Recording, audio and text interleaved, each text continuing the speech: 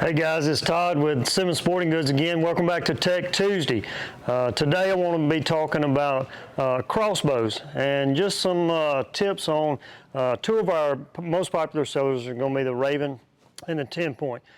We sell a lot of these bows, and a couple of frequent questions that we get are, about cocking, about loading the bolt, about the safety. Does the safety have to be on or off?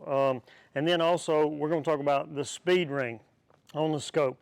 So one of the biggest deals, a lot of guys, they get these bows, they go home and shoot them, hunt with them, and then put them up, and then the next year get them back out, and they're like, oh crap, I don't remember what to do. So first thing we're going to talk about is cocking this Ravin crossbow. Got to have your handle, attach your handle, and you're going to put forward pressure, so clockwise, and there's going to be a button at the back. You got to release that button, and whenever you release that button, you can let the trigger or the trigger box down. Most people, I like to take mine off, but you can leave it on. You got to hold the button and then slide it all the way down and make sure it attaches to the string. You're going to want to hear that string click. It's a very definite click, just like that. That's what you want to hear. If you don't hear that click, it's not going to cock correctly.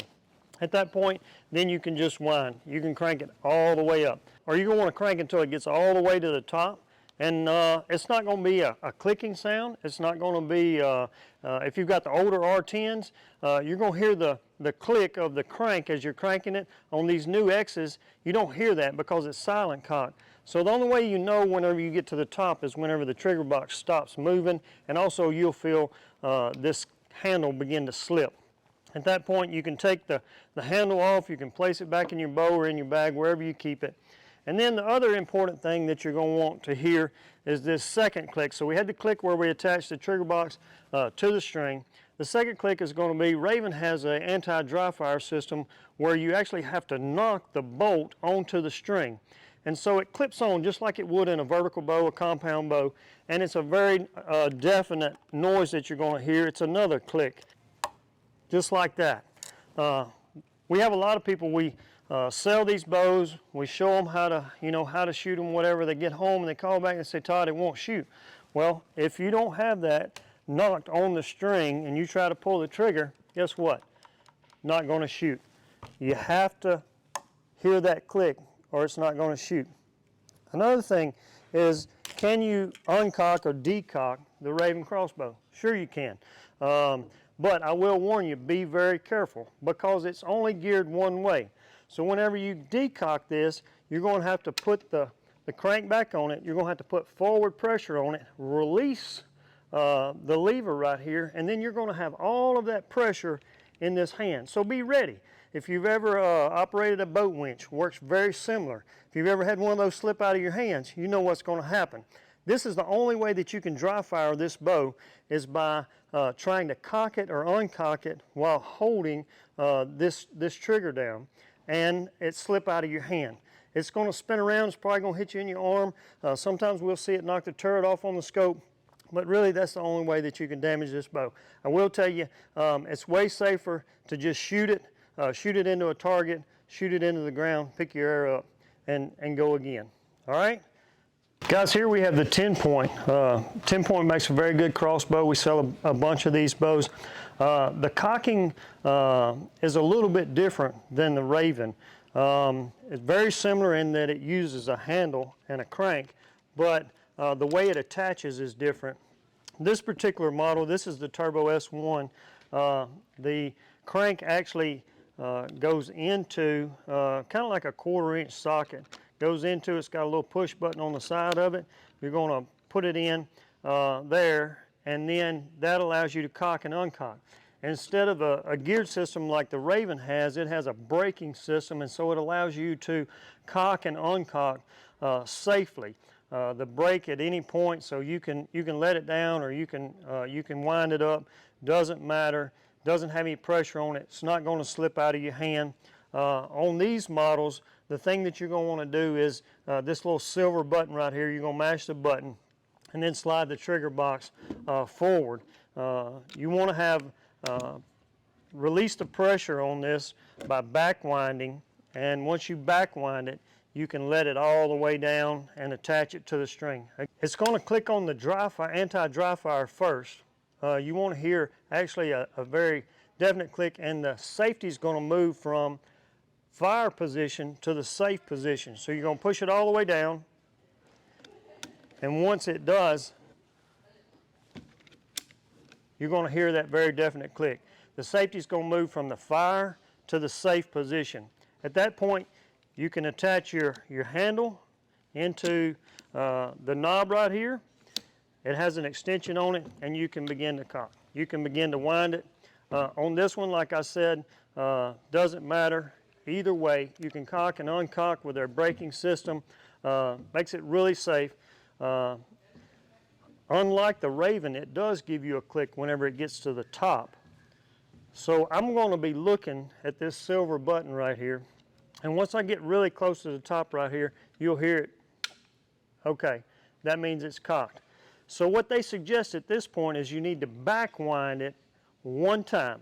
So back wind it one full turn all the way around like this. And then on the other side of the bow, there's this little black button, and so they recommend that you hold that button and then unwind one more full turn. And this releases the pressure on the trigger box. At that point, you're ready to fire. Now, again, different from the Ravin, theirs doesn't actually, the bolt doesn't actually knock on the string. It just slides down the rail, odd fletching down. I forgot to mention that on the Ravin. Make sure you're shooting odd fletching down. And this one is just going to slide all the way back. At that point, you're ready to fire. All you have to do is take it off safety, aim at your target, ready to go. How do you decock or uncock the 10-point? Well, pretty simple. And it's pretty safe also. So those two backward turns that we took out of this crank, we're going to put those back in. And you're going to begin to feel it tighten up. Once you feel the pressure on it, you're going to want to put pressure on the release button, this silver knob right here. It's going to release. Did you hear that release?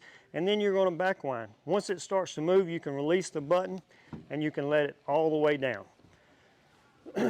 People want to know, is it okay if the trigger box remains on the string? That's quite all right. You can leave it on there until you get ready to hunt again. You can take it loose. There is a way that you can take it loose. I'll show you that later in another video, but you're ready. So ready to go again next time you get ready to hunt. Just want to talk just a minute about the speed ring. I mentioned it earlier in the video on the Ravin, but most of these crossbows come with a scope that has a magnification, just like on a rifle scope.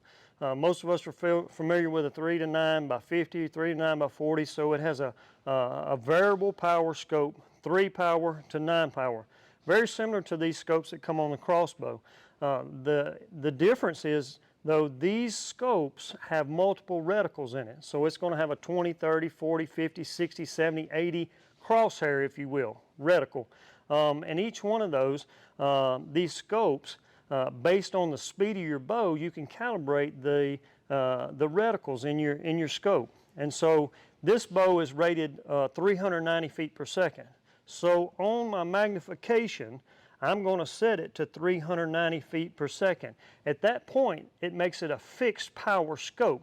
So if you sight your bow in, and let's just say it's 390, and you sight it in, it's hitting where you're aiming, and you let your buddy look at it, and he looks through the scope, and he rolls it around there to 450 or whatever, and you go hunting and you fail to put it back to 390, it's not going to hit where you sighted in. So that's very important. A lot of people are not aware of that or unfamiliar with that. Whatever the manufacturer's rated speed, that's what you need to set your magnification on, or we call it your speed ring. Set it on that and leave it at that point. Just a few tips for you crossbow hunters out there. If you have any questions, you can call us here at the store. Don't forget, Big Buck Contest is already going on. We've had several entries. Come by and see us. If you got any questions about the crossbows, you want to shoot one, you can shoot one here in the store. We'd love to sit down and talk with you. Good luck and happy hunting.